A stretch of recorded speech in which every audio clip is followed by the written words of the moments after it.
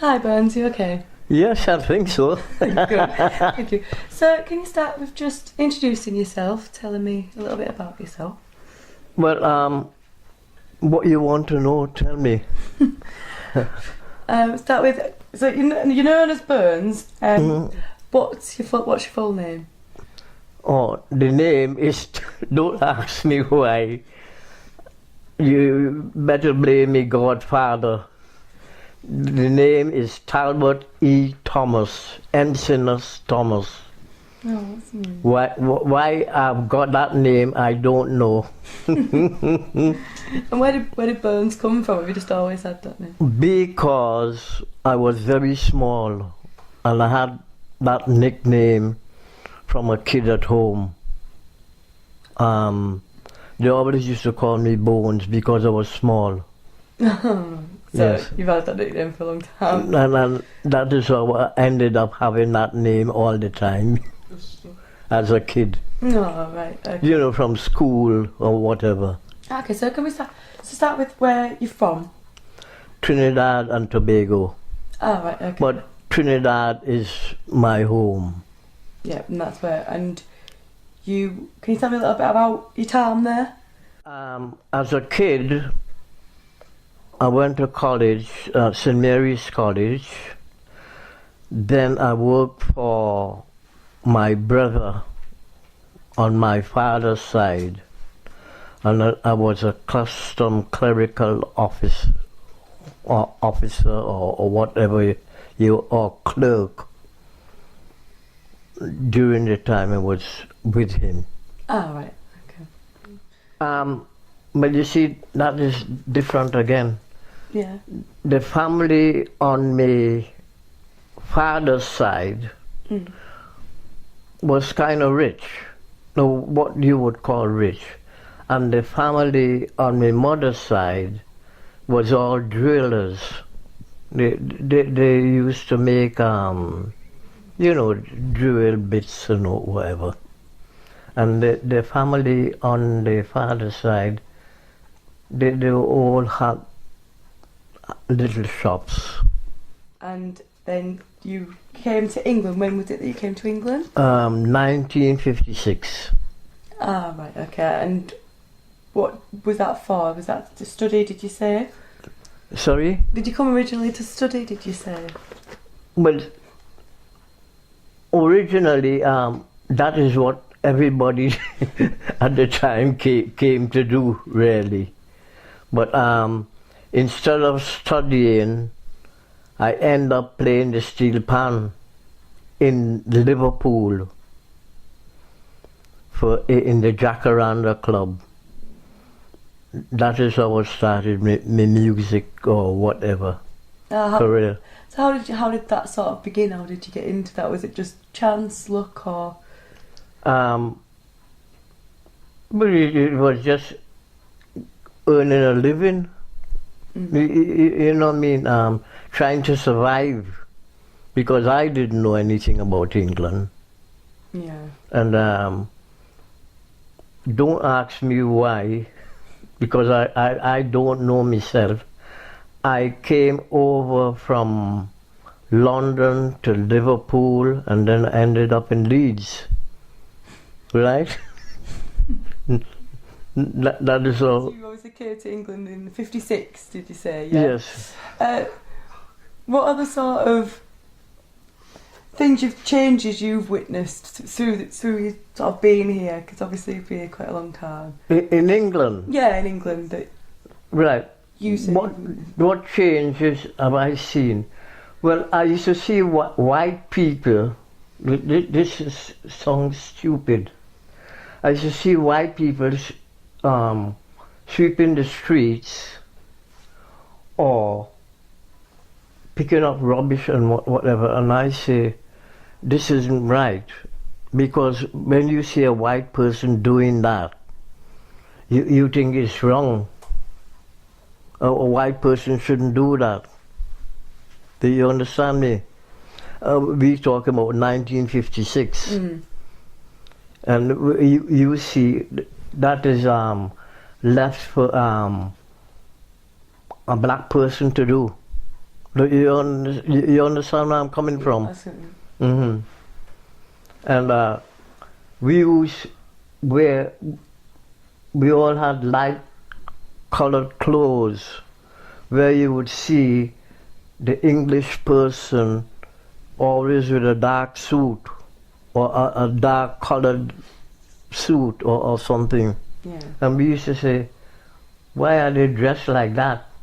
Well, maybe it's the weather, I don't know. Did you feel like, because a lot of people who've sort of come to me and said they found it quite serious? Well, no, people seem quite serious. They were all, to me, they were all serious. Don't ask me why, I don't know.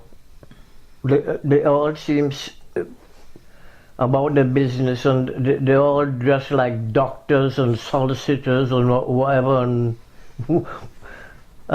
they didn't used to smile. I don't know.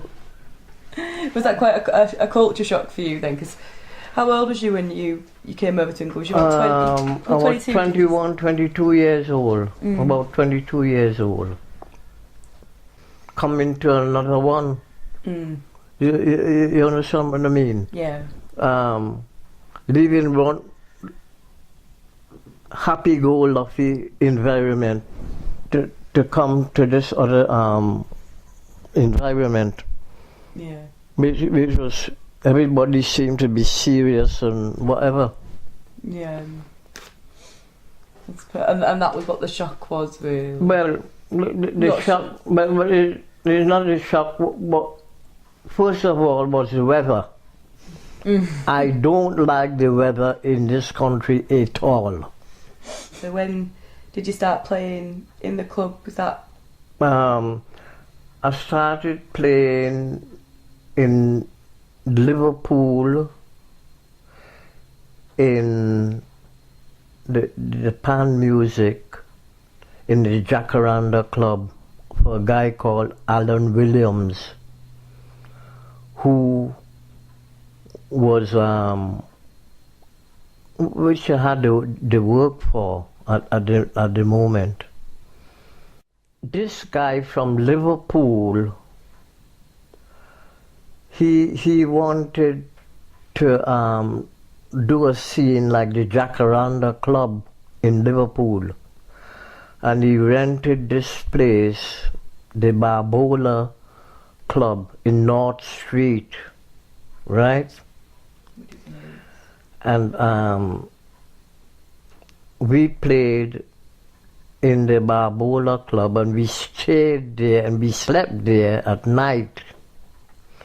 And then we went up to the Cabaret Club, which was a few yards from the Barbola Club.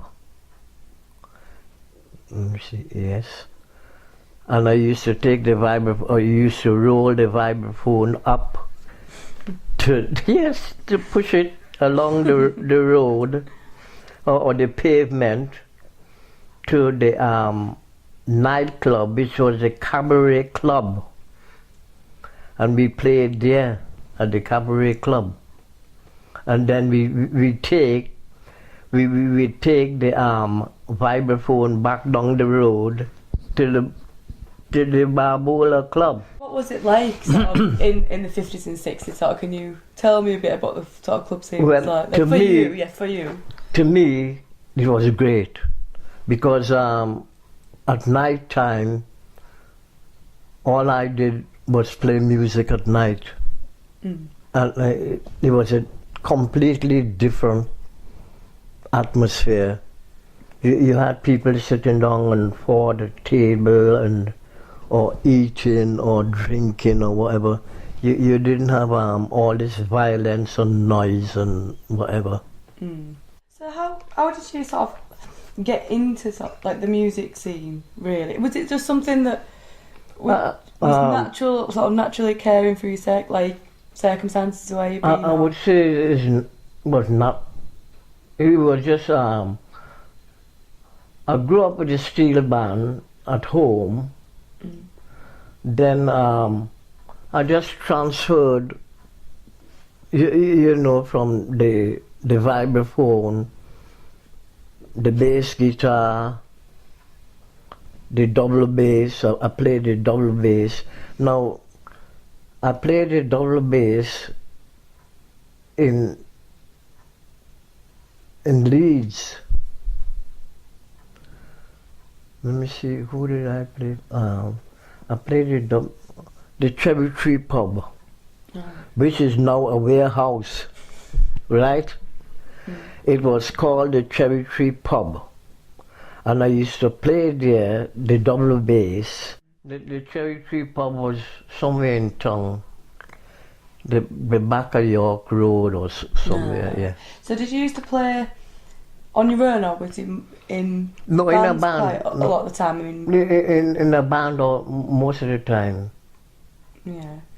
So, like where are some of the places in Leeds you played, or did you just play it all over? All over. Oh, well. Like I can imagine. I can't remember. I played in the Cherry Tree. I played in North Street. I played in Woodhouse Lane, and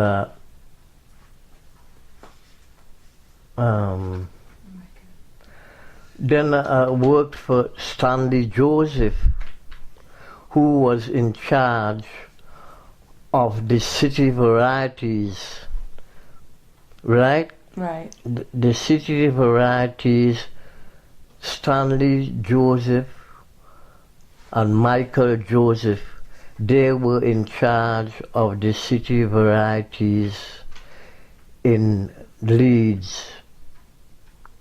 And I worked for them with a group called the Gollywogs.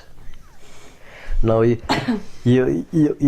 couldn't say that them days in them now, and that is I was with a group called the Gollywogs, but this Stanley Joseph and Michael Joseph was in charge of us. They were the agents, which they ran the lead and the city varieties until we left. Well, they left, but the group split up because of great pain going to America. It was never the same again. And when was that? For what time period was that? About, let me see, I would say it's about the 70s, 1970. I think around 1970. And did you meet your wife playing in Leeds then? Was it? Yes, I was playing in the Mecca in Leeds, the Marian Centre, okay. the St. John Centre. Is that what it's called? Marian Centre. The Meridian Centre, yes. And I met her there. Oh. And well, she's sort of anchor woman or anything I want. This is the only family I got, which is her. Yeah. And her family. I've got nobody here. Well, I got any grandkids and whatever. They love me. And me children. Yeah. Which is 2 boys and a girl. And they make sure I'm alright.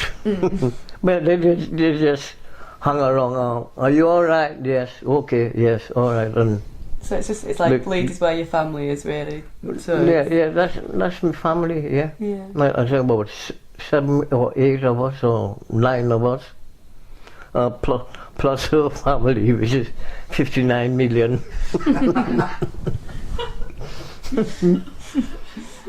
We made a record for his master's voice.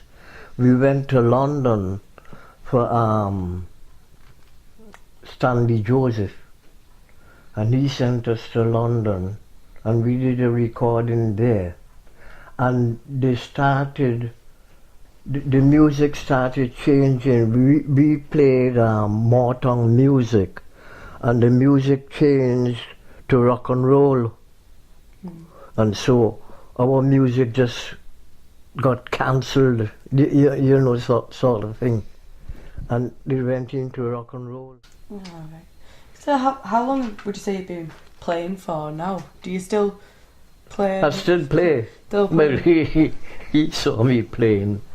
All I do now is to play the Latin percussion, Oh, right. which is the Congo drums.